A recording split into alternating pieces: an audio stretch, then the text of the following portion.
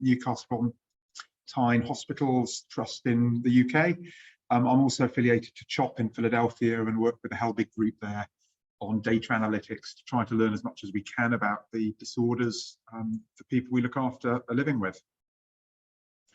But we've heard a little bit today about the importance of knowing about the disorders that we're treating and also the disorders that we're researching. If we want to design a treatment of the future, we need to have an idea of what success might look like. Whilst we might want to do clinical trials in hundreds of people, we're unlikely to ever be in that situation with CHD2. So we need to have a good idea of what would be the likely outcomes if we had no treatment that would affect the outcomes, if we're just purely treating symptoms for symptoms' sake. And so for that, we really need to try and make as much as we can of the valuable information that families and people affected by the disorder make available to us. And that's the area that I dedicate my academic work to. So at the moment, we've probably got about 140 stories in the loosest sense in the scientific literature of what it's like to have CHD2. In most of these cases, actually, all we know is that that particular person, the genetic study, had autism spectrum disorder, or they had a severe epilepsy. And we're not told any more detail than that, certainly nothing about treatments or comorbidities, other conditions they might have to live with as well.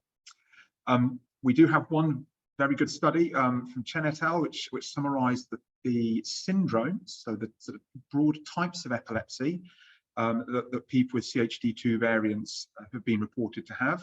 And you can see there on that pie chart, there's a great number of different things there. So a huge variety of different types of epilepsy that people with CHD2 variants could be categorized within.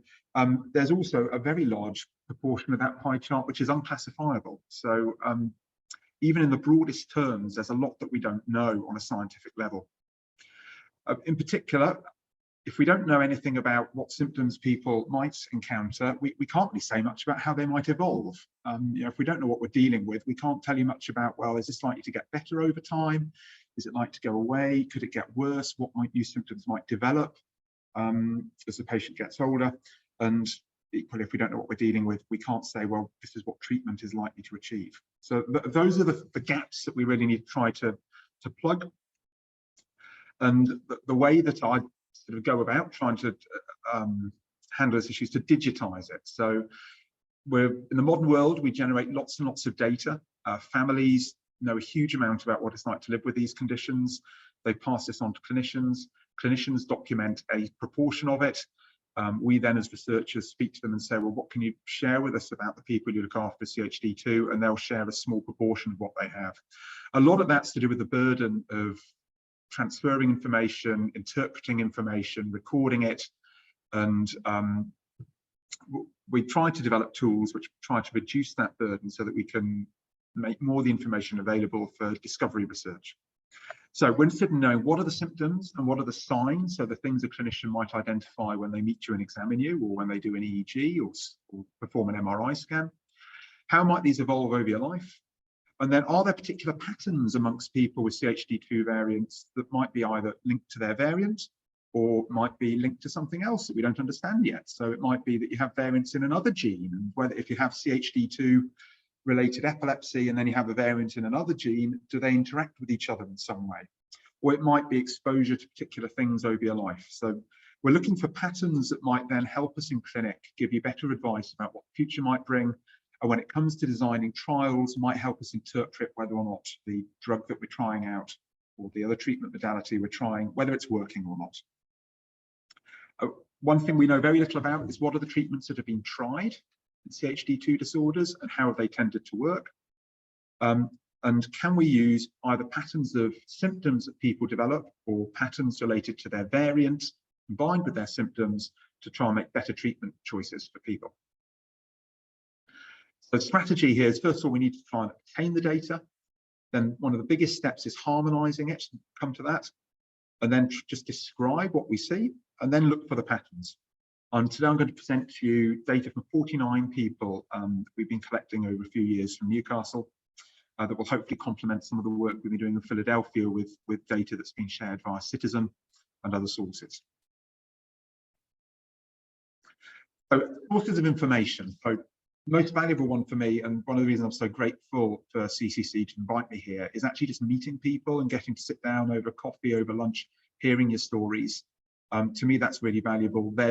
We all know, and we've seen in things like politics in the modern age, getting personal stories across is what makes, if you like, the best argument. So I can present you all the data I want, actually, and I can listen to data from my colleagues here. What will really hit me when I go home and I'm next seeing a patient in clinic with CHD2 disorder are some of the stories I hear just chatting over drinks with you here this weekend.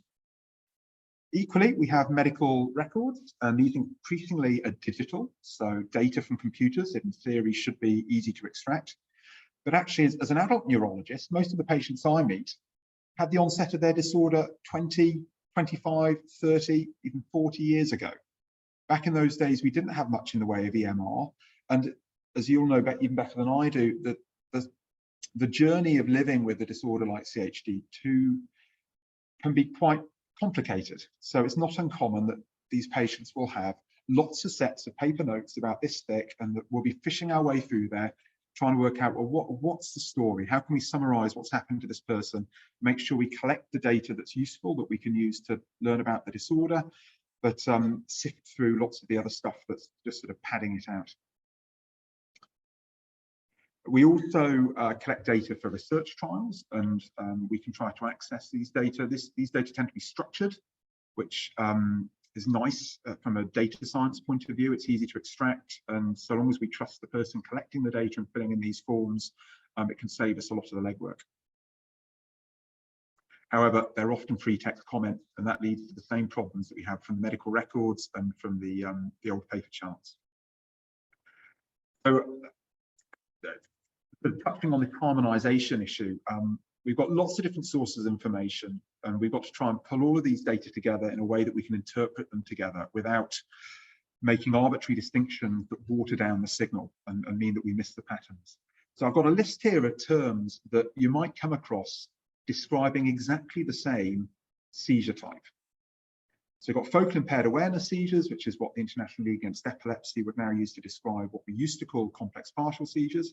We have acronyms for both of those. We have dyscognitive seizures, which was a term that was in vogue about 15 years ago. Depending on which clinic you go to, if you're part of a surgical program, they might describe your seizures more in terms of components. And so we start with an aura, and then you have this thing called dialeptis, where people lose awareness. People might just say, well, it looked like the sort of seizures you see in temporal lobe epilepsy. And then petit mal, which nowadays some people use to describe anything which isn't a big motor seizure. Sometimes they're described absences, and in fact, that's a different seizure type. And even epileptic spell, as I heard mentioned, I think earlier today, and I occasionally come across. Equally, we don't all speak the same language. Yeah, we want to be inclusive. We want to share the outcomes of research that involve people from all over the world. That often means we need to be able to combine data sources in different languages as well. So how are we going to go about this? Well, we need a Rosetta Stone that tells us this term means the same as that term. They map to the same concept. And in the case of clinical phenotypes, so the features, the clinical features, the signs and symptoms that are attributable to a disease, we have a tool called the Human Phenotype Ontology. So if you like, this is a dictionary of concepts that map to the way that clinicians think about the symptoms and signs of their patients. And this allows us to take raw data from the clinical charts, or even what's been said to us verbatim by families, and map it to concepts that we can then scale up the interpretation of using computers. So computers are not that trustworthy for generating new information, as people have been following the story of ChatGTP. There are concerns there that actually it fabricates scientific data, references, it just makes a nice story fit together. What we want is a model that clinicians can actually interpret. So nothing I'm going to show you here today is black box. It's all actually fairly simple. It's what your doctors do when they meet you, when they think about, well, what's similar about your epilepsy to the other patient I know with the same condition? What's different? How does that affect the way I treat you? All we're doing is formalizing that thought process so that a computer can scale it up. So in this case, I've got an example here of somebody who's described as having an event in which unheralded, her left arm and fingers extended for about 20 seconds, and then she recovered without ever losing awareness. So your epileptologist might interpret that as something called a focal aware tonic seizure. It's focal in that it's pretty much limited to one part of the brain, being manifest through tonic posturing of one limb, and their awareness was retained throughout. So that's how they classify the seizure. However, depending on how much of it they saw, how much of it was described to them by someone who did see it, if they didn't see it themselves, they might not be able to describe it that precisely. In the end, they might just be able to say, well, I think it was probably a seizure. Can't say any more. They might be able to say, well, I think it was probably a focal aware seizure because the patient was aware throughout. Or if the patient wasn't assessed for how aware they were, they might just say, well, it's a focal tonic seizure. All of those things actually describing the same event, but they're described in different dimensions, different degrees of detail. So we can use a model like this to say, well, okay, if we're told that someone has a focal aware tonic seizure, here are all the other ways we can describe their seizure. And this then allows us to compare data from different people that might be described in different ways, collected at different levels of detail, and identify what they have in common, what they share, and what are the things that distinguish their separate types of epilepsy. So in this case, you can see Barbara, Charlotte, and Dennis all have seizures. In fact, the type of seizure that's described would fit what might be described as a bilateral tonic-clonic seizure. However, Barbara and Dennis have got different types of bilateral tonic-clonic seizure. Barbara has a focal onset to hers. They start with an aura or some sort of warning. Dennis doesn't get any sort of warning, and actually if we did an EEG whilst Dennis was having a seizure, we'd see it starting on both sides of the brain roughly at the same time. In Charlotte's case, we don't know what the onset of her bilateral tonic-clonic seizure was. So this is a case where you have incomplete information as a clinician. However, we know that bilateral tonic-clonic seizures have to be generalized in onset or focal in onset. There's no third way. So we need to build a model, a framework that allows us to represent that.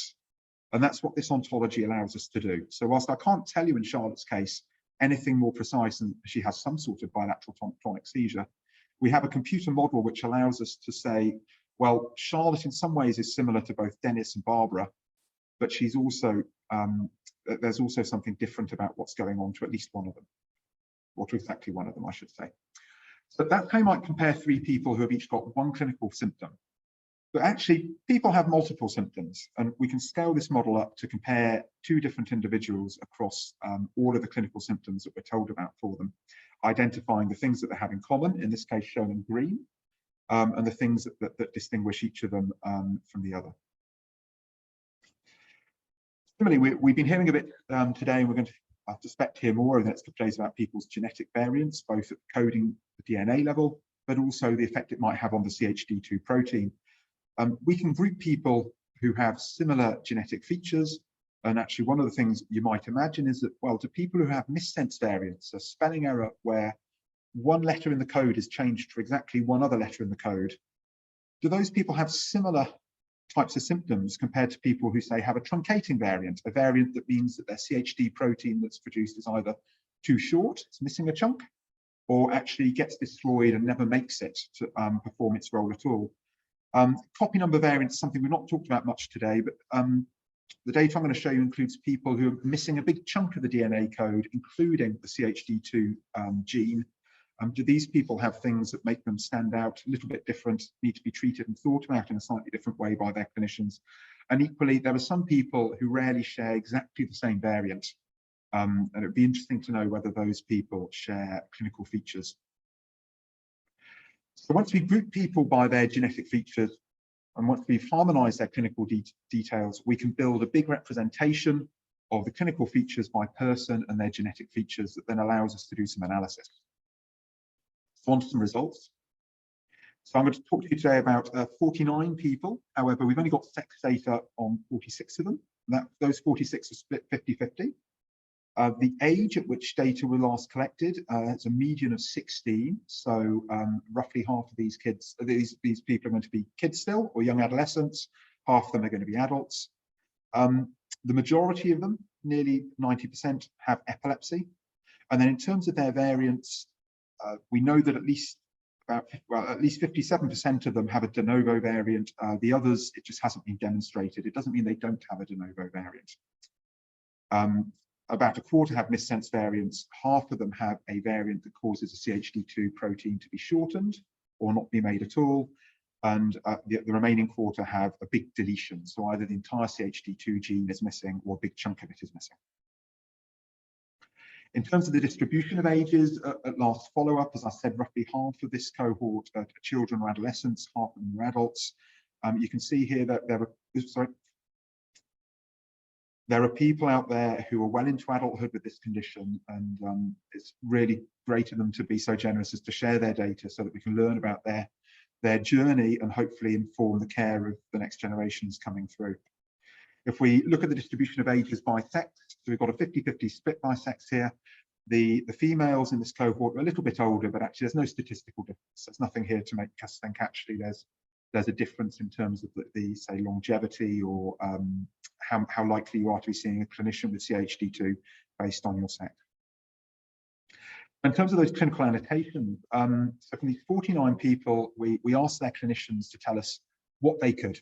So we haven't asked them for specific questions because that puts a lot of burden on clinicians.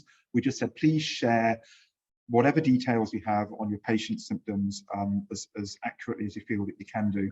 And that allowed us to make 608 annotations to this cohort, a median of 11 per person. So per person in this cohort, we're able to say 11 things, 11 symptoms that they have. We're then able to use this HPO tool to infer in the way that clinicians do implicitly when they're sort of comparing patients in their heads. And that massively increases the number from 11 per patient to 36. And that starts generating some serious data that we can actually start comparing people by. And it's an important step. So this is a visual plot that's completely illegible, but really the thing to take away from this is just the complexity of the symptoms that we hear about when we ask about the symptoms of CHD2. So if you think of this as a circular plot, each sort of degree of this clock with 403 kind of points on it, each one is under 1 degree. Each of those is one symptom.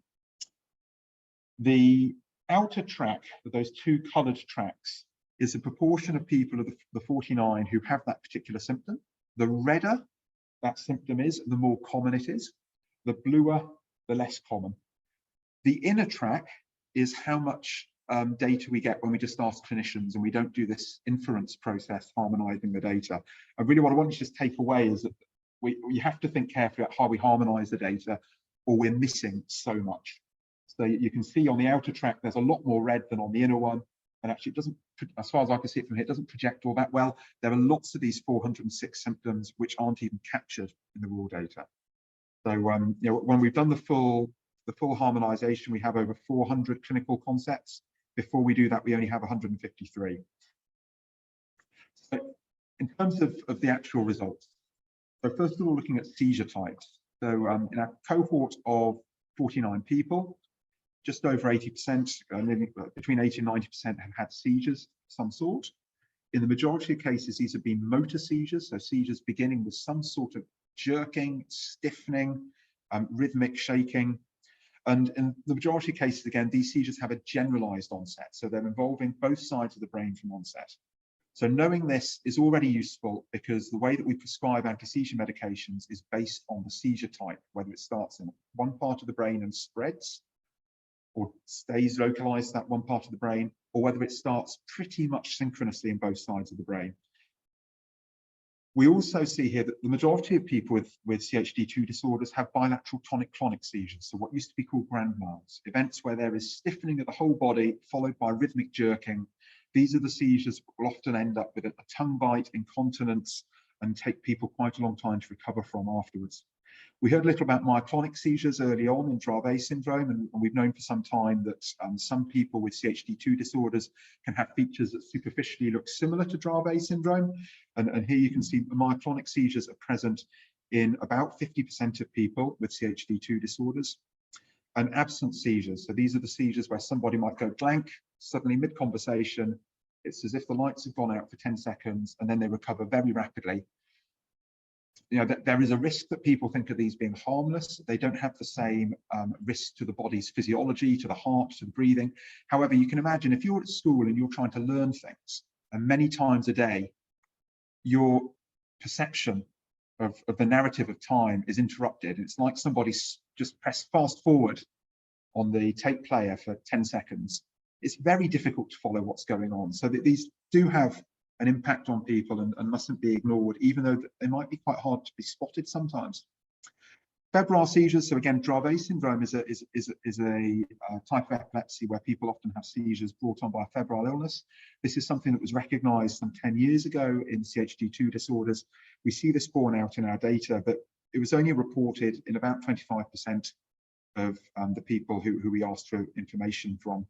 And then we've got some of these rarer epileptic seizure types, atonic seizures, which are these horrible drop attacks where someone go floppy, fall to the floor. They'll often come round very quickly, but there's a big risk of physical injury. So these are the types of seizures that if you know that they're going to happen, it'd be useful to know, because you might be able to take particular precautions, head protection, or just having somebody holding your arm as you go for a walk down the street. If you knew you're at high risk of having one of these on a given day, it'd be something useful to know. And then tonic seizures right at the end. These are the seizures which again can be very brief, often happen at night, often happen in flurries. There might be 5 or 6 of them over a short period of time. Again, they can result in injuries, bitten tongues, but the recovery can be quick. And then the one I've missed out in the middle there towards the right-hand side is focal onset seizures. So this is interesting.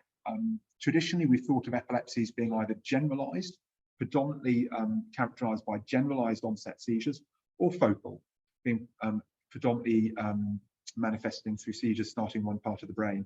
What we're beginning to see here with CHD2 is that people with CHD2 can actually have both. And that's important from a treatment point of view, because it means clinicians need to think a little bit about covering both seizure types. Some medications could be effective for both, others might be quite specific to one or the other. It'd be lovely if we could predict who are the people who we ought to be thinking up front about covering for focal seizures early on. What I've shown you up to there is just, well, what proportion of 49 people of various ages, so from some people as young as 3 years, other people in their 50s, what proportion have had these symptoms? Well, actually what you really need to know is what proportion have them at a particular age. And this is where the natural history part of the study really starts coming in. So we're moving from beyond just saying, well, these are symptoms which we see in people with a disorder, to say, well, at what age do these symptoms tend to emerge? And this is just to show you what we can do with very rough and ready data. So this is not a natural history study where patients have been asked the same questions at repeated intervals, or clinicians have provided us follow-up information. This is a one-stop shop. We get contacted by the clinician. They say, here is information about my patient.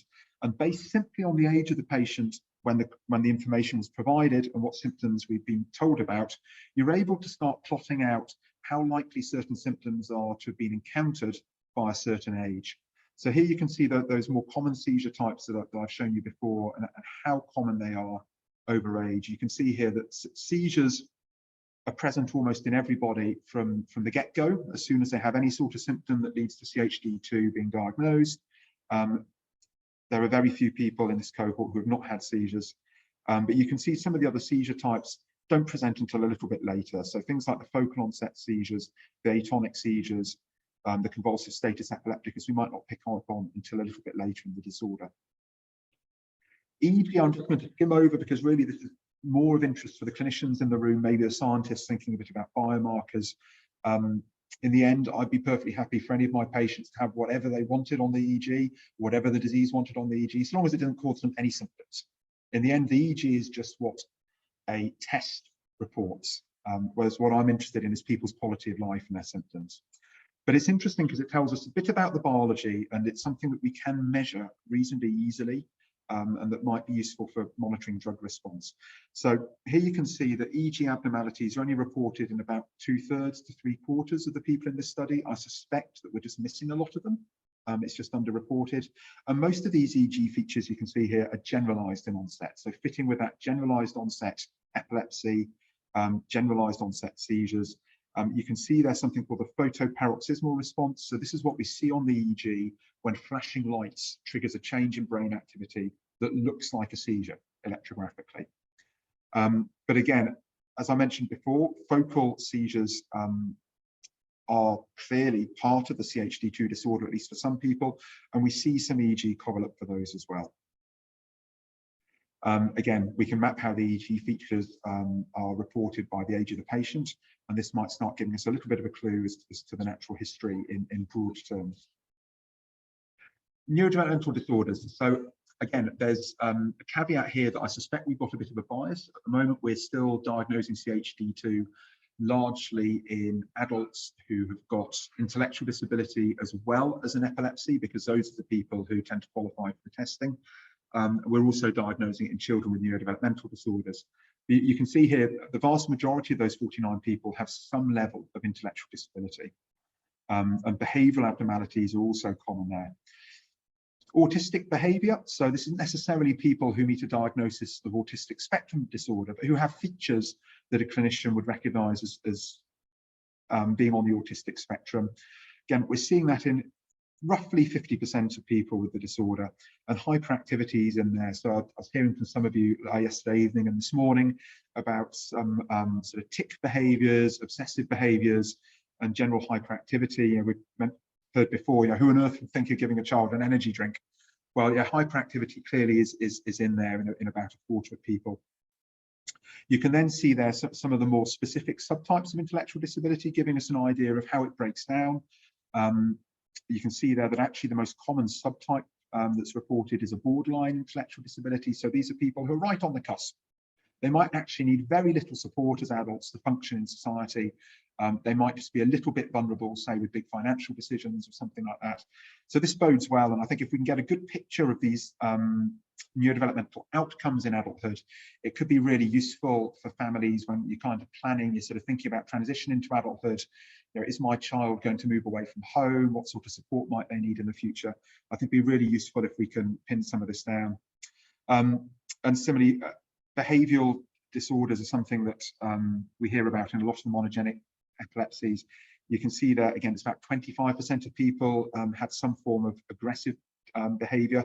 That doesn't necessarily mean aggression towards other people. It can also mean behaviour that's sort of self-harming in terms of, you know, a tic or tendency to pick at themselves or to bite their fingers or something like that, which are common behaviours that we come across. Again, we can map how these things are reported according to the age of the patient.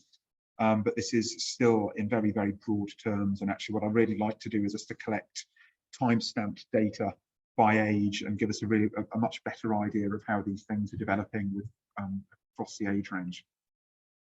A little bit just on things that you might read about when you're looking in papers on case series. So when we do MRI scans or CT scans of the brain, or when you see a clinical geneticist, you might find that people comment on certain physical appearances. Now, these can be interesting in two ways. Number one, that they can draw attention to clinicians to think, well, actually, CHD2 might be the explanation for why this child in front of me has this epilepsy, this intellectual disability. You know, are there some telltale signs in terms of the appearance of the brain, the skull, the face that we could use? On the other hand, they can be useful scientifically. So different genes involved in different processes within the body. So CHD2 is unlikely to just be involved in brain development. It might well also be involved in the physical development of other parts of the body. And it might be useful to learn a little bit about that, because it might give us clues as to how it's working, what pathways it's involved with, what the side effects might be if we have a treatment that targets CHD2 in some way. And I suppose the only things I'll pull out from here is microcephaly. So this is when you're born with a slightly smaller head than would be expected for your body weight and your age and your sex. So microcephaly we see as well as macrocephaly. So some people have a slightly smaller head than expected. Some people have a slightly larger head. And then some of the other things that are reported there are more to do with how the bones are formed. In terms of the facial features, again, lots of technical terms here used by the clinical geneticists when they see somebody and they're trying to describe what are the characteristics of their face that sort of stand out as being slightly beyond the realms of what they typically see in people without a disorder. And you can see there that there's a whole range of different things that clinicians have picked out on that could be useful for potentially recognising CHD2 in a child who's not yet got a diagnosis. Motor features, so people with a lot of these monogenic epilepsies will develop difficulty with movements, difficulty with muscle tone. It'd be useful to know what these are, and you can see here that we've got we've got data on about 12 people here. It's a small proportion of the cohort. My suspicion is it's underreported from the clinicians we've been working with thus far, and I'd like to get a little bit more on this. But you can see there's stereotypies. So these, if you like, are habit movements. So things that somebody tends to do because they get some sense of calmness or comfort from performing the movement. Sometimes they can be very difficult to tell apart from seizures, particularly in the adult clinic, where somebody might not tolerate EEG if they've got severe autistic features, or that they really don't like having the EEG leads on. Sometimes people have these repetitive disorder movements, and we're not entirely sure if they're a seizure type or not. And that's a common challenge we come across. So moving into briefly, how does knowing your variant impact on your symptoms potentially? And this is something that I think would be really useful to untangle if we can. So what we can do, as I mentioned before, is we extract the clinical details, we map them onto the same framework, this HPO framework, we group people by their genetic features, and then we look to see if there are patterns cross-cutting the symptoms according to their genetic features. If we look at all of somebody's clinical features put together, so if we consider their seizures, what's on their EEG, their neurodevelopmental features, any motor or physical features, and we consider all of those together, are there any particular groups of variant that look more similar than would be expected by chance in the context of CHD2? So when you take people who already have a broadly similar disorder, can we tease apart any groups based on their genetics? And in reality, at the moment, with the data we've got, we can only do that if you've got a big deletion. So patients who've got a deletion of the CHD2 gene do seem more similar than would be expected by chance in the context of people with CHD2 disorders as a whole. Beyond that, it's a little messier, and it might just be we haven't got strong enough data yet. It might be that actually people with CHD2 disorders tend to experience rather similar symptoms over the journey of their illness, and there are positives and negatives either way. So actually there are some advantages either way, whichever way it turns out to be. We can then look at statistical associations with particular clinical features. So for example, does my genetic variant predispose me to a particular level of intellectual disability or not? Does it predispose me to a particular seizure type? Would it therefore be useful to know about when we're thinking about what treatments to start? So I'm going to show you just a few examples here of particular variant types. What you're going to see on the y-axis, so that vertical line up the left, is the proportion of people with that particular variant type in CHD2 who have a particular clinical feature according to the data that we have. And on the x-axis, the horizontal one, is the proportion of people with different types of CHD2 variants. So we're comparing people with a particular type of CHD2 variant to everybody else we have data on who has got a CHD2 variant of another kind. If a particular clinical symptom is up towards the top left-hand corner, that means it's very strongly associated with that particular type of variant that we're looking at. So people with that variant are far more likely to have the clinical feature than other people with a CHD2 disorder. If it's down towards the bottom right-hand corner, it tells us that actually it's less likely if you have that particular type of variant. And what you'll see is a lot of them are on the diagonal, which means that actually they're pretty evenly distributed amongst people with CHD2 disorders. If we start with those copy number variants, so these are people who are missing either the entire gene or a big chunk of the gene, and often they'll be missing bits of DNA, both sides of the gene, that might also be influencing their symptoms. You see here that actually these patients are far more likely to have a neurodevelopmental delay. So if you have a CHD2 disorder because of a copy number variant, you're more likely to have neurodevelopmental delay than if you have a CHD2 disorder due to a missense variant or a truncating variant. And you see there, if you've got a copy number variant, 100% of those in this study, so all 11, had neurodevelopmental delay, whereas it's just under 50% of the remaining 38. This group are also more likely to have abnormalities in how the head has developed in terms of head size, head shape, other abnormalities in how their skeleton has developed, so maybe problems with the back or their limbs, and difficulty with involuntary movements they find difficult to control, and features of the face. We can look here at exactly what the features are that come out here, and you can see here that the number of different ways that clinicians might end up describing these features which are particular to people with copy number variants. If we look at missense variants, So again, this is roughly a quarter of people in the cohort. You see that actually there's no particular symptom that seems more common in them. However, they seem less likely to have absence seizures. So again, these are preliminary data. I'm not suggesting that people go out and really push their clinicians to change their medications at the moment. It's more to show the principle that hopefully as we get larger data sets, we can start to build a bit more statistical robustness into this. And it might have some potential for helping people pick what medications they need. So, for example, absence seizures, there are particular medications which are particular for absence seizures and don't work very well for other types of epileptic seizure. Therefore, knowing who's at particular risk of absences can be useful to the clinician when they're trying to recommend a particular treatment. And then truncating variants. So these are the variants that make up about half of the cohort. Oh, actually, sorry, even more than that in this case. So, yeah, just over half of the cohort. So people with truncating variants were more likely to have the absence seizures. So you can see how if we got to the point we had data on enough patients, we'd be in a position that we'd be able to strongly recommend to clinicians in a guideline for CHD2.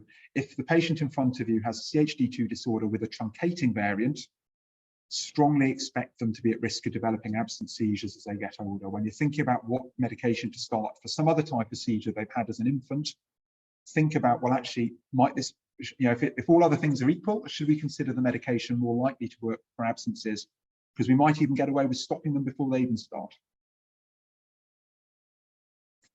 So in terms of treatment response, I haven't got any data to show you on CHD2 at the moment because we really need to collect more data and crunch it in a more vigorous way.